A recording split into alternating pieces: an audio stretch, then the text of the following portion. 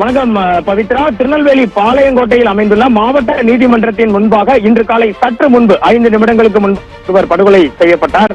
வழக்கறிஞர் மற்றும் பொதுமக்கள் அனைவரும் நீதிமன்றத்திற்கு உள்ளே வந்து கொண்டிருக்கும் இன்று காலை பொழுதில் மிகுந்த பரபரப்பாக இருக்கும் நேரத்தில் இந்த படுகொலை நடந்துள்ளது.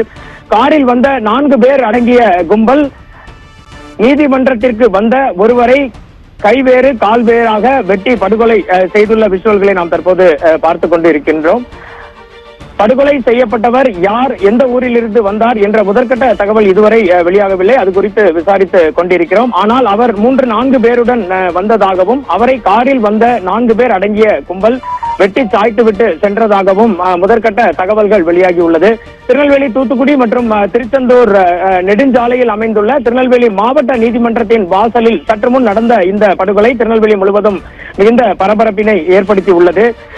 காரில் வந்த 4 பேர் அடங்கிய கும்பல் இவரை வெட்டிவிட்டு செல்லும் பொழுது அங்கிருந்த போலீசாரும் வழக்கறிஞர்களும் அவர்களை விரட்டி சென்றதாகவும், ஆனால் அவர்களை பிடிக்க முடியவில்லை எனவும் சம்பவ இடத்திலிருந்து வரக்கூடிய முதற்கட்ட தகவல்கள் தெரிவிக்கின்றன.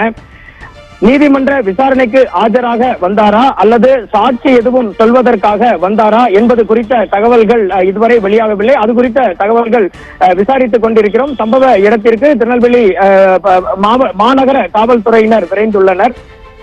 இதுவே முதற்கட்ட தகவல் பவித்ரா. நெல்லையில் விசாரணைக்கு ஆஜராக வந்த நபர் மர்ம கும்பலால் வெட்டி படுகொலை செய்யப்பட்டிருக்கும் சம்பவம் அப்பகுதியில் பெரும் அதிர்ச்சியை ஏற்படுத்தியிருக்கிறது. இச்சம்பவம் குறித்து போலீசார் விசாரணை செய்து வருகின்றனர். அண்மை செய்தியாக பார்த்து வந்தோம். விவரங்களை செய்தியாளர் வனராஜிடம் கேட்டோம்.